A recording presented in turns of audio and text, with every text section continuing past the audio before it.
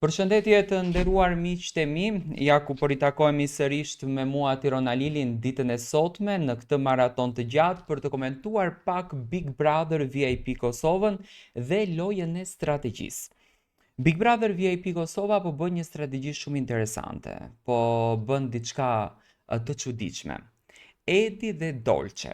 Tani të gjithë kishim dyshimin që do të shkonte Bia, do të shkonte Linda në Grande Fratello në Itali, por çuditërisht nga produksioni u përzjodh që banorja e cila do të bën lëvizje një javë drejt Italisë, në këtë rast do të jetë Dolce. Dolce do të jetë vajza e cila do të udhton drejt Italisë. Sa do të ndikoj kjo për Edin? Ju e dini shumë bukur që Edi ka hyrë me një strategji të qartë. Unë nuk mund t'i them Edi që është një lojtar i dobët.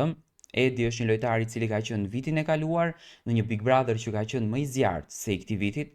Është një lojtar që ka dhënë një energji të papar, është një lojtar që ka dhënë një pozitivitet të papar dhe këtë herë kishte ndërtuar një strategji mbi të cilën ai me patjetër e kishte të krijonë një lidhje dashurie sepse koncepti i reality show të Big Brother është i ndërtuar në këtë formë. Për të mbijetuar aty brenda, duhet të krijosh një lidhje dashurie, duhet të krijosh emocione dhe të dalësh të arrish qëllimin tënd.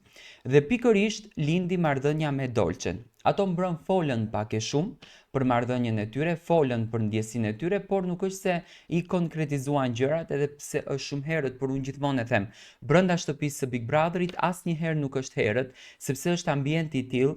Flasim për një botë tjetër, flasim për një moment tjetër që me patjetër do me thënë të krijon që ti të krijosh emocione kur ke një qëllim të tillë.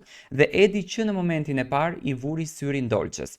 Tani, sa do të jetë e pranueshme për një mashkull shqiptar, sidomos për një mashkull me tradita shqiptare, flasim për një djalë nga Drenica që është rritur me kulturën të patriotizmit. Unë kam fatin e njoh personalisht, babain e Edit e njoh, të cilin e përshëndes, janë familje patriotike, janë familje luftarësh dhe do të thënë sa është e pranueshme për një djalë që të toleron që e dashura e tij të shkon në një Big Brother tjetër, siç është Grande Fratello në Itali, dhe të luan atje lojën përfshirë në gjitha ato meshkuj, ku reagimet e meshkujve ishin shumë interesante. Edhe pse unë e di që produksioni do të nxjerrën videot më epike, videot më tërheqëse të Dolçes që do të përdorin nga Grande Fratello.